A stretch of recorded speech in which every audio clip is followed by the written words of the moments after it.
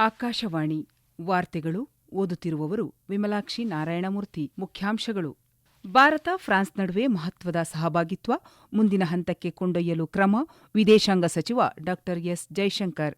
CBSE ಪರೀಕ್ಷಾರ್ಥಿಗಳಿಗೆ ಭಯ, ಒತ್ತಡ ನಿವಾರಿಸಲು ಕೇಂದ್ರೀಯ ಪ್ರೌಢಶಿಕ್ಷಣ ಮಂಡಳಿಯಿಂದ ಆಪ್ತ ಸಮಾಲೋಚನೆ. ಯಶಸ್ವಿಯಾಗಿ ನಡೆದ ಪ್ರಧಾನಿ ಆಶಯದ ಸಕ್ರಿಯ ಆಡಳಿತ, ಸಕಾಲಿಕ ಅನುಷ್ಠಾನದ ಪ್ರಗತಿ ವೇದಿಕೆ 50ನೇ ಸಭೆ.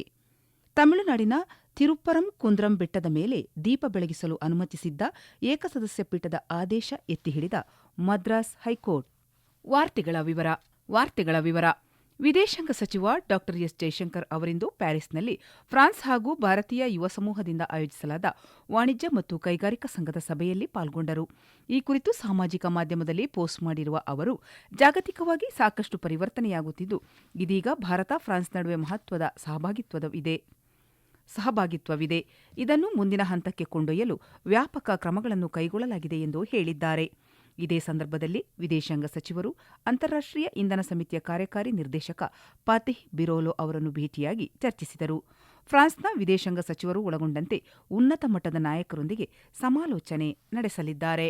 ಸಿಬಿಎಸ್ಇ ಪರೀಕ್ಷೆ ಬರೆಯುತ್ತಿರುವ ವಿದ್ಯಾರ್ಥಿಗಳಿಗೆ ಪರೀಕ್ಷಾ ಭಯ, ಒತ್ತಡ ನಿಭಾಯಿಸುವ ಸಲುವಾಗಿ ಮಾನಸಿಕ, ಸಾಮಾಜಿಕ ಆಪ್ತ ಸಮಾಲೋಚನೆಗೆ ಕೇಂದ್ರೀಯ ಪ್ರೌಢಶಿಕ್ಷಣ ಮಂಡಳಿ ಚಾಲನೆ ನೀಡಿದೆ.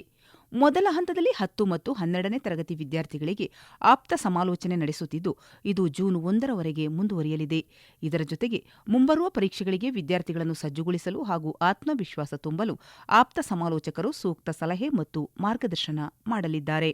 ವಿದ್ಯಾರ್ಥಿಗಳು ಮಾಹಿತಿಗಾಗಿ 1800-11-8004ಕ್ಕೆ ಕರೆ ಮಾಡಬಹುದಾಗಿದೆ ಎಂದು ಹೇಳಿದೆ.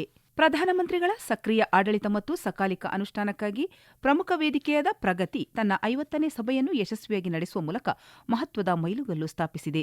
2015ರಲ್ಲಿ ಪ್ರಧಾನಿ ನರೇಂದ್ರ ಮೋದಿ ಅವರು ಇದನ್ನು ಪ್ರಾರಂಭಿಸಿದ ನಂತರ ಪ್ರಗತಿಯು ಪ್ರಮುಖ ಮೂಲಸೌಕರ್ಯ ಯೋಜನೆಗಳು ಮತ್ತು ಸಾರ್ವಜನಿಕ ಕುಂದುಕೊರತೆಗಳ ನೈಜ ಸಮಯದ ಮೇಲ್ವಿಚಾರಣೆ ಮತ್ತು ಪರಿಹಾರವನ್ನು ಸಕ್ರಿಯಗೊಳಿಸುವ ಮೂಲಕ ಆಡಳಿತವನ್ನು ಪರಿವರ್ತಿಸುತ್ತಿದೆ. ಸಹಕಾರಿ ಒಕ್ಕೂಟ ವ್ಯವಸ್ಥೆಯನ್ನು ಬಲಪಡಿಸಲು ಕೇಂದ್ರ, ರಾಜ್ಯಗಳು ಮತ್ತು ಕೇಂದ್ರ ಸಚಿವಾಲಯಗಳನ್ನು ಒಂದೇ ಡಿಜಿಟಲ್ ವೇದಿಕೆಯಡಿ ತರಲಾಗುತ್ತಿದೆ. ಕಳೆದೊಂದು ದಶಕದಲ್ಲಿ ನಿರ್ಧಾರ ಕೈಗೊಳ್ಳುವ ಅನುಷ್ಠಾನವನ್ನು ವೇಗಗೊಳಿಸುವ, ಪ್ರಮುಖ ಮೂಲಸೌಕರ್ಯ ಯೋಜನೆಗಳಲ್ಲಿ ವಿಳಂಬಕ್ಕೆ ಕಾರಣವಾಗುವ ಸಮಸ್ಯೆಗಳನ್ನು ಪರಿಹರಿಸುವ ಮತ್ತು ಬಲವಾದ ಹೊಣೆಗಾರಿಕೆಯ ಸಂಸ್ಕೃತಿ ಹುಟ್ಟುಹಾಕಲು ಸಹಾಯ ಮಾಡುತ್ತಿದೆ. ಆಂಧ್ರಪ್ರದೇಶದ ವಿಶಾಖ ಸಂಸ್ಕರಣಾಗಾರದಲ್ಲಿ ಹಿಂದೂಸ್ತಾನ್ ಪೆಟ್ರೋಲಿಯಂ ಕಾರ್ಪೊರೇಷನ್ ಲಿಮಿಟೆಡ್ನಲ್ಲಿ ಕೈಗೊಂಡಿರುವ ಮೇಲ್ದರ್ಜೆ ಸೌಲಭ್ಯವನ್ನು ಯಶಸ್ವಿಯಾಗಿ ಕಾರ್ಯಾರಂಭ ಮಾಡಿದ್ದಕ್ಕಾಗಿ ಪ್ರಧಾನಿ ನರೇಂದ್ರ ಮೋದಿ ಶ್ಲಾಘಿಸಿದ್ದಾರೆ. ಪೆಟ್ರೋಲಿಯಂ ಮತ್ತು ನೈಸರ್ಗಿಕ ಅನಿಲ ಸಚಿವ ಹರ್ದೀಪ್ ಸಿಂಗ್ ಪುರಿ ಅವರ ಸಾಮಾಜಿಕ ಮಾಧ್ಯಮ ಪೋಸ್ಟ್ ಅನ್ನು ಹಂಚಿಕೊಂಡಿರುವ ಪ್ರಧಾನಿ, ಈ ಅತ್ಯಾಧುನಿಕ ಸೌಲಭ್ಯವು ಸ್ವಾವಲಂಬಿ ಭಾರತದ ದೃಷ್ಟಿಕೋನಕ್ಕೆ ಅನುಗುಣವಾಗಿ ಇಂಧನ ಸ್ವಾತಂತ್ರ್ಯವನ್ನು ಹೆಚ್ಚಿಸುವ ರಾಷ್ಟ್ರದ ಪ್ರಯತ್ನಗಳಿಗೆ ವೇಗವನ್ನು ನೀಡಲಿದೆ. ಇಂಧನ ಸುರಕ್ಷತೆ ಮತ್ತು ಸ್ವಾವಲಂಬನೆಯತ್ತ ಭಾರತದ ಪ್ರಯಾಣದಲ್ಲಿ ಇದು ನಿರ್ಣಾಯಕ ಹೆಜ್ಜೆಯಾಗಿದೆ ಎಂದು ಅವರು ಹೇಳಿದ್ದಾರೆ. ತಮಿಳುನಾಡಿನ ತಿರುಪ್ಪರಂ ಕುಂದ್ರದ ಬೆಟ್ಟದ ಮೇಲೆ ದೀಪವನ್ನು ಬೆಳಗಿಸಲು ಅನುಮತಿ ನೀಡುವ ಏಕಸದಸ್ಯ ನ್ಯಾಯಾಧೀಶರ ಆದೇಶವನ್ನು ಮದ್ರಾಸ್ ಹೈಕೋರ್ಟ್ನ ಮದುರೈ ವಿಭಾಗೀಯ ಪೀಠ ಇಂದು ಎತ್ತಿ ಹಿಡಿದಿದೆ. ಶಿಲಾಸ್ತಂಭ, ದೀಪತೂನ್ ಇರುವ ಸ್ಥಳವು ಭಗವಾನ್ ಸುಬ್ರಹ್ಮಣ್ಯ ಸ್ವಾಮಿ ದೇವಸ್ಥಾನಕ್ಕೆ ಸೇರಿದೆ ಎಂದು ನ್ಯಾಯಮೂರ್ತಿಗಳಾದ ಜಿ. ಜಯಚಂದ್ರನ್ ಮತ್ತು ಕೆ. ರಾಮಕೃಷ್ಣನ್ ಅವರಿದ್ದ ವಿಭಾಗೀಯ ಪೀಠ ತೀರ್ಪು ನೀಡಿದೆ.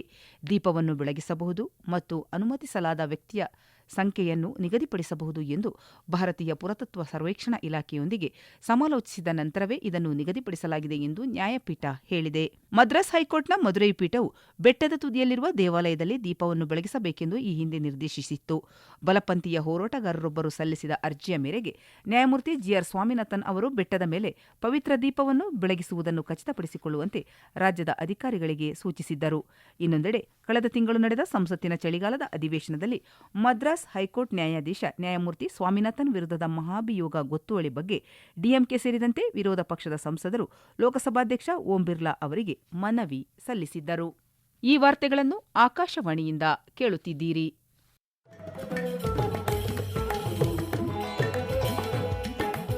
ನಮ್ಮ ಎಲ್ಲಾ ರಾಷ್ಟ್ರೀಯ ವಾರ್ತೆಗಳು ಹಾಗೂ ಪ್ರದೇಶ ಸಮಾಚಾರ ಈಗ ಆಕಾಶವಾಣಿ ನ್ಯೂಸ್ ಕನ್ನಡ ಯೂಟ್ಯೂಬ್ ಚಾನೆಲ್ನಲ್ಲಿ ಲಭ್ಯ. ನಮ್ಮ ಎಕ್ಸ್ ಖಾತೆ ಮತ್ತು ಇನ್ಸ್ಟಾಗ್ರಾಂ ಖಾತೆ ಆಕಾಶವಾಣಿ ನ್ಯೂಸ್ ಕನ್ನಡ. ಹೆಚ್ಚಿನ ಮಾಹಿತಿಗಾಗಿ ನಮ್ಮ ಫೇಸ್ಬುಕ್ ಖಾತೆ ಆಕಾಶವಾಣಿ ವಾರ್ತೆ ಕನ್ನಡವನ್ನು ಅನುಸರಿಸಿ. ನಿಖರ, ನೈಜ ಹಾಗೂ ವಿಶ್ವಾಸಾರ್ಹ ಸುದ್ದಿಗಾಗಿ ಕೇಳಿ ಆಕಾಶವಾಣಿ ವಾರ್ತೆಗಳು.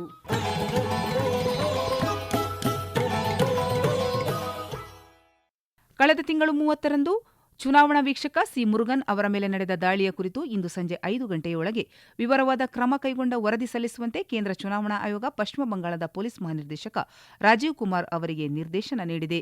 ದಕ್ಷಿಣ 24 ಪರಗಣ ಜಿಲ್ಲೆಯ ಮತದಾರರ ಪಟ್ಟಿಯ ವೀಕ್ಷಕರಾಗಿ ಸೇವೆ ಸಲ್ಲಿಸುತ್ತಿದ್ದ ಮುರುಗನ್ ಅವರು ಮತದಾರರ ಪಟ್ಟಿಗಳ ವಿಶೇಷ ತೀವ್ರ ಪರಿಷ್ಕರಣೆಯನ್ನು ಮೇಲ್ವಿಚಾರಣೆ ಮಾಡುತ್ತಿದ್ದಾಗ ಈ ಘಟನೆ ಸಂಭವಿಸಿದೆ.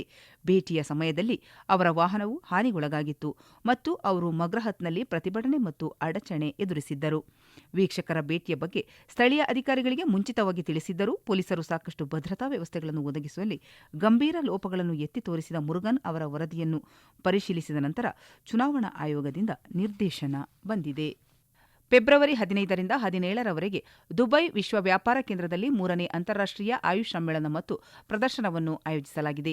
ಈ ಸಮ್ಮೇಳನವು 35ಕ್ಕೂ ಹೆಚ್ಚು ದೇಶಗಳ ವೈದ್ಯರು, ಸಂಶೋಧಕರು, ನೀತಿ ನಿರೂಪಕರು, ಉದ್ಯಮ ಪ್ರತಿನಿಧಿಗಳು ಮತ್ತು ಸಾಂಪ್ರದಾಯಿಕ ವೈದ್ಯಕೀಯ ಪದ್ಧತಿಗಳ ವಿದ್ಯಾರ್ಥಿಗಳನ್ನು ಒಟ್ಟುಗೂಡಿಸಲಿದೆ. ಈ ಕಾರ್ಯಕ್ರಮವನ್ನು ವಿಶ್ವ ಆಯುರ್ವೇದ ಪ್ರತಿಷ್ಠಾನದ ಸಹಯೋಗದೊಂದಿಗೆ ಸೈನ್ಸ್ ಇಂಡಿಯಾ ಫೋರಂ, ಭಾರತದ ಆಯುಷ್ ಸಚಿವಾಲಯ ಮತ್ತು ದುಬೈನಲ್ಲಿರುವ ಭಾರತದ ಕಾನ್ಸುಲೇಟ್ ಜನರಲ್ ಅವರ ಆಶ್ರಯದಲ್ಲಿ global homeopathy foundation, Emirates Ayurveda ಪದವೀಧರರ ಸಂಘ ಮತ್ತು ಅಮೆರಿಕ, ಆಸ್ಟ್ರೇಲಿಯಾ, ಪೂರ್ವ ಪಶ್ಚಿಮ ಏಷ್ಯಾ ಮತ್ತು ಆಫ್ರಿಕಾದ ಇತರ ಆಯುಷ್ ಸಂಸ್ಥೆಗಳ ಬೆಂಬಲಗಳೊಂದಿಗೆ ಏರ್ಪಡಿಸಲಾಗಿದೆ. ಇರಾನ್ನಲ್ಲಿ 3 ವರ್ಷಗಳಲ್ಲಿಯೇ ಅತ್ಯಂತ ಗಂಭೀರವಾದ ಅಶಾಂತಿಯ ಅಲೆ ಎದ್ದಿದೆ. ದೇಶದಾದ್ಯಂತ ನಡೆಯುತ್ತಿರುವ ಪ್ರತಿಭಟನೆಗಳು ಇಂದು 10ನೇ ದಿನಕ್ಕೆ ಕಾಲಿಟ್ಟಿದೆ. ಹಿಂಸಾಚಾರ ಹೆಚ್ಚಾದರೆ ಪ್ರತಿಭಟನಾಕಾರರ ಪರವಾಗಿ ನಿಲ್ಲಬಹುದು ಎಂದು ಅಮೆರಿಕ ಅಧ್ಯಕ್ಷ ಡೊನಾಲ್ಡ್ ಟ್ರಂಪ್ ಎಚ್ಚರಿಕೆ ನೀಡಿದ್ದರೂ ಲೆಕ್ಕಿಸದೆ ಪ್ರಮುಖ ನಗರಗಳಲ್ಲಿ ಭದ್ರತಾ ಪಡೆಗಳು ಪಹರೆ ಬಿಗಿಗೊಳಿಸಿವೆ. ಈ ಕುರಿತು ಒಂದು ವರದಿ.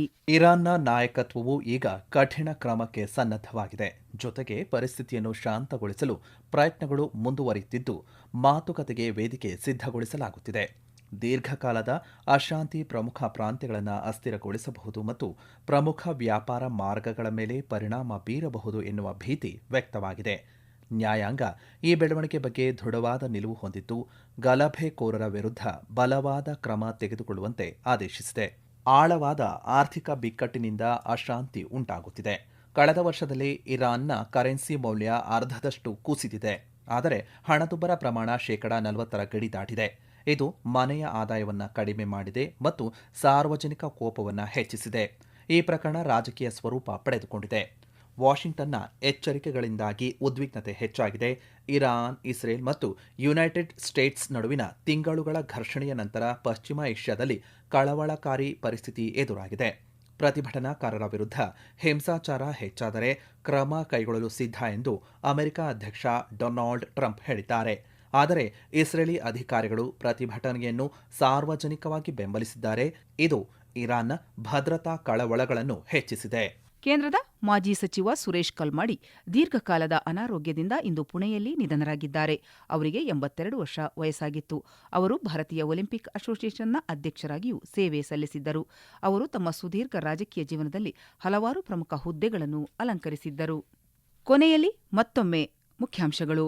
ಭಾರತ ಫ್ರಾನ್ಸ್ ನಡುವೆ ಮಹತ್ವದ ಸಹಭಾಗಿತ್ವ ಮುಂದಿನ ಹಂತಕ್ಕೆ ಕೊಂಡೊಯ್ಯಲು ಕ್ರಮ, ವಿದೇಶಾಂಗ ಸಚಿವ ಡಾ ಎಸ್ ಜೈಶಂಕರ್. ಸಿಬಿಎಸ್ಇ ಪರೀಕ್ಷಾರ್ಥಿಗಳಿಗೆ ಭಯ, ಒತ್ತಡ ನಿವಾರಿಸಲು ಕೇಂದ್ರೀಯ ಪ್ರೌಢಶಿಕ್ಷಣ ಮಂಡಳಿಯಿಂದ ಆಪ್ತ ಸಮಾಲೋಚನೆ. ಯಶಸ್ವಿಯಾಗಿ ನಡೆದ ಪ್ರಧಾನಿ ಆಶಯದ ಸಕ್ರಿಯ ಆಡಳಿತ, ಸಕಾಲಿಕ ಅನುಷ್ಠಾನದ ಪ್ರಗತಿ ವೇದಿಕೆ 50ನೇ ಸಭೆ. ತಮಿಳುನಾಡಿನ ತಿರುಪ್ಪರಂ ಕುಂದ್ರಂ ಬೆಟ್ಟದ ಮೇಲೆ ದೀಪ ಬೆಳಗಿಸಲು ಅನುಮತಿಸಿದ್ದ ಏಕಸದಸ್ಯ ಪೀಠದ ಆದೇಶ ಎತ್ತಿಹಿಡಿದ ಮದ್ರಾಸ್ ಹೈಕೋರ್ಟ್. ಇಲ್ಲಿಗೆ ವಾರ್ತಾ ಪ್ರಸಾರ ಮುಕ್ತಾಯವಾಯಿತು. ನಮ್ಮ ಮುಂದಿನ ವಾರ್ತಾ ಪ್ರಸಾರ ಮಧ್ಯಾಹ್ನ 2:30ಕ್ಕೆ.